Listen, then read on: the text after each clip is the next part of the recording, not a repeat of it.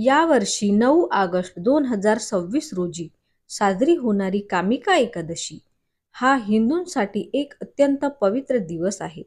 या दिवशी उपवास आणि भक्ती करून आध्यात्मिक विकास आणि संरक्षणासाठी आशीर्वाद मागितले जातात. हे गोविंदा, माझ्यावर दया करा आणि मला हे परम वासुदेवा, मी अत्यंत विनम्रतेने तुम्हाला नमन करते. कोण एकादशीचा उपवास करू शकत नाही? एकादशीच्या उपवासाची परिणामकारकता वाढवणारे काही विशिष्ट व्रत नियम विधी आहेत. गर्भवती महिला, अशक्त आणि वृद्ध व्यक्तींनी हा उपवास करू नये. केवळ दृढ निश्चयी आणि अत्यंत आध्यात्मिक वृत्तीचे लोकच नियमानुसार हा उपवास करू शकतात. उपवासाच्या काळात अन्न आणि पाण्याला स्पर्श करू नये. कामिका एकादशीच्या व्रत कथेचे पावित्र्य. भविष्य पुराणात परिवर्तनाची एक महान कथा सांगितली आहे. एका ब्राह्मणाच्या हत्येच्या अपघाती पापाने दबलेला एक माणूस आपल्या पश्चातापातून मुक्ती मिळवण्यासाठी ज्ञानी ऋषींकडे गेला. ज्ञानी ऋषींनी त्याला पूर्ण निष्ठेने कामिका एकादशी व्रत करण्याचा सल्ला दिला आणि त्याच्या परिवर्तनाला मार्गदर्शन केले.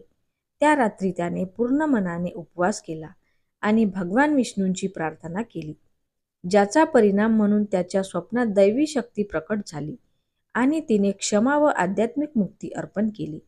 त्या ब्राह्मणांच्या आत्म्याची मुक्ती झाली आणि अशा प्रकारे या व्रताच्या सामर्थ्याचा इतिहास घडला, जे केवळ खोलवरची कर्मच नाही तर आपल्या पूर्वजांच्या आत्म्यांना शांती देखील देते.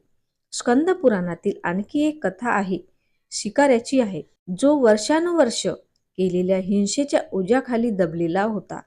कामिका एकादशीच्या दिवशी त्याने उपवास करण्याचा, भगवान विष्णूंच्या मंत्राचा जप करण्याचा आणि एक साधी मनापासून पूजा करण्याचा निश्चय केला आणि त्या रात्री भगवंताने त्यांचा सर्व पश्चाताप धुवून टाकून त्याला आशीर्वाद दिला आणि त्याला एक दिव्य दर्शन दिले.